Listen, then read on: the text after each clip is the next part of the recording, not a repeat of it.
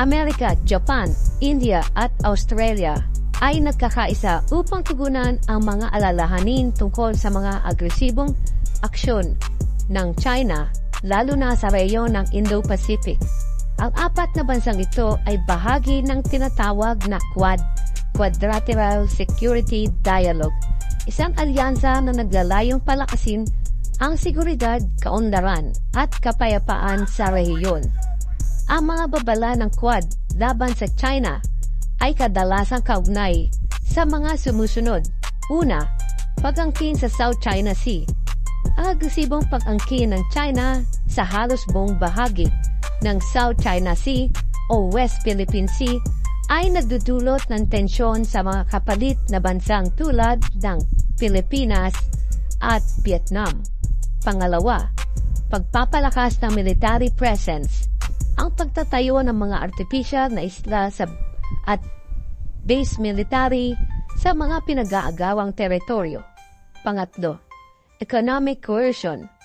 Ang paggamit ng ekonomiya bilang instrumento upang maimpluwensyahan ang ibang bansa. Ang Quad ay regular na nagsasagawa ng mga pagpupulong at military exercise upang ipakita ang kanilang pagkakaisa laban sa anumang pagbabanta sa rehiyon. Layunin nilang panatilihin ang malaya at bukas na Indo-Pacific, kung saan ginagalang ang international law at territorial sovereignty.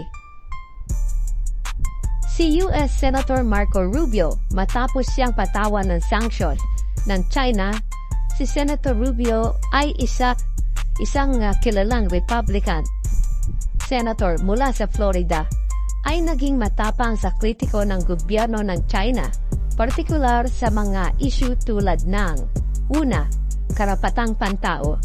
Isa siya sa mga nangungunang mambabatas na kumondena sa mga paglabag sa karapatang pangtao sa Xinjiang laban sa mga Uyghur, Tibets at iba pang minorya sa China.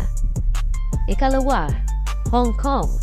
Aktibo rin siya sa pagpatatanggol sa kalayaan at demokrasya ng Hong Kong sa gitna ng crackdown ng China sa mga pro-democracy activities gaya ng mga nangyaring pagsasagawa ng rally noon sa Hong Kong.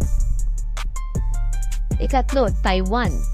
Malakas ang kanyang suporta sa Taiwan bilang isang demokratikong bansa sa kabila ng mga banta at claims ng China. Dahil dito, noong 2020, kabilang si Rubio sa ilang opisyal ng US na sinanksyon ng China bilang tugon sa mga US sanction laban sa China. At Chinese opisyal na sangkot sa mga pag-abuso sa Xinjiang. Ang sanksyon ng China ay nagbabawal kay Rubio na makapasok sa bansa at sa ilang pagkakataong pinuntirya rin ang kanyang mga negosyo o transaksyon sa teritoryo ng China. Ano ang naging reaksyon ni Rubio? Una, imbis na umatras, lalo pang pinaigting ni Senator Rubio ang kanyang kritisismo laban sa Beijing. At narito ang ilan sa kanyang mga naging hakbang. Pagpapasa ng batas. Aktibo siya sa pagsusulong ng mga batas tulad ng Uyghur Human Rights Policy Act na nagpapaataw ng parusa sa mga Chinese official na responsable sa mga pang-aabuso. Pangalawa, pagtuligsa sa Chinese Communist Party o CCP. Patuloy ang kanyang malakas na pahayag laban sa CCP. Tinawag niya itong isang mapang-abusong rehimen na banta sa pandaigdigang kaayusan. Pangatlo, pagpapalakas ng alyansa ng US. Hinimok ni Senator Rubio ang administrasyon ng US na tumindig kasama ang mga kalyado nito sa Indo-Pacific upang labanan ang agresibong aksyon ng China.